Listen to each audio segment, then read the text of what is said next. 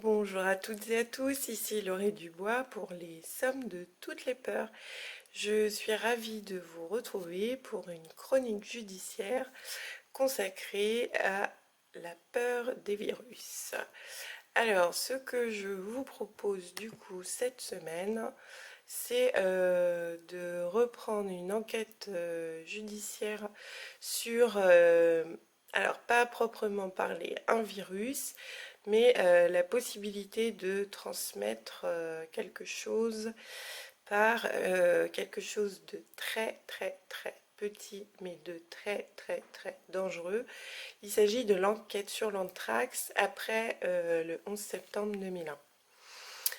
Donc je vous mets en référence un article de Arnaud Sacleux publié le 12 janvier dernier dans le National Geographic et qui s'intitule L'affaire des enveloppes contaminées au bacille de charbon.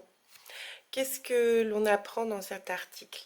On apprend que l'anthrax ou maladie du charbon est une infection grave causée par le Bacillus anthracis, c'est le nom latin, voilà.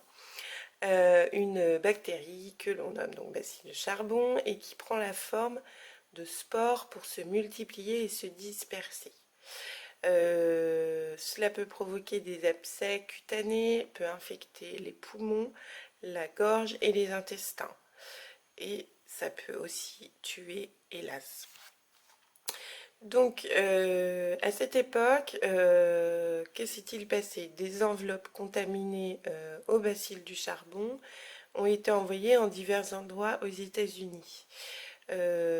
Ça a visé certains médias et certains sénateurs.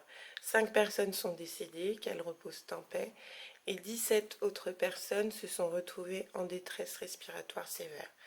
Donc c'était pas du tout quelque chose à prendre à la légère, ça a eu des conséquences assez fâcheuses.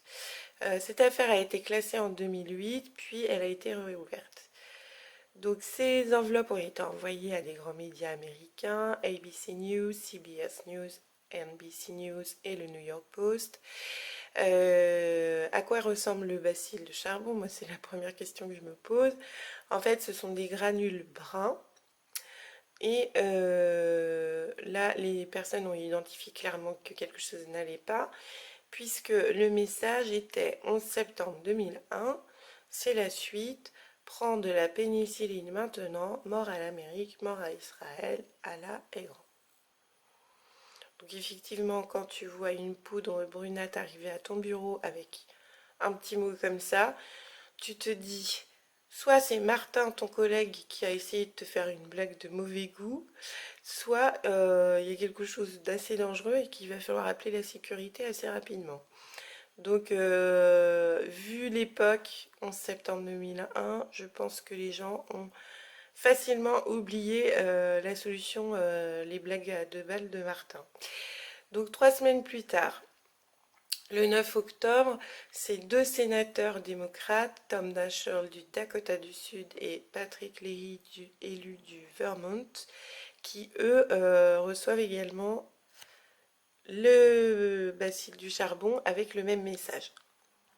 Des analyses sont effectuées et révèlent que l'origine de la poudre ne peut être que militaire. C'est-à-dire qu'en fait, il fallait que ce soit quelqu'un qui ait accès à des laboratoires de type militaire de l'État américain pour produire la poudre de la façon dont elle a été faite. Le coupable est rapidement démasqué. Il s'agit d'un certain Bruce E. Ivins, qui est docteur du coup, et c'est un biologiste qui s'est suicidé à la suite de cette affaire. Il paraîtrait qu'en fait, ayant été persécuté par le FBI, ça l'a poussé au suicide. Donc, on ne sait pas vraiment ce qu'il en était, puisque le coupable a mis fin à ses jours avant tout procès. Quelles sont les preuves? Les preuves sont le flacon lui-même qui contenait le bacille et qui a été retrouvé, les enveloppes qu'il a achetées à proximité de chez lui et son emploi du temps pendant la période où les lettres ont été envoyées. Ce faisceau d'indices fait que on a classé l'affaire et on a dit c'est lui qui a fait ça, donc voilà, c'est l'œuvre d'un fou isolé. Cependant, d'après certains détracteurs, les preuves ne sont pas si tangibles que ça, en fait, et l'enquête devrait être réouverte. Cette histoire a ouvert la voie à une peur panique des courriers pendant un certain temps, et ça a eu pour conséquence de modifier totalement les règles de vérification, d'acheminement et de dépôt du courrier postal. Depuis lors, ça a complètement changé. Je ne sais pas si vous vous rappelez du courrier avant le 11 septembre et après, comment ça se passait. Bah, c'était beaucoup plus strict et beaucoup plus contrôlé et voilà, puis maintenant c'est comme ça tout le temps. Donc voilà la première chronique, la première affaire de la chronique, pardon, que je voulais vous proposer aujourd'hui.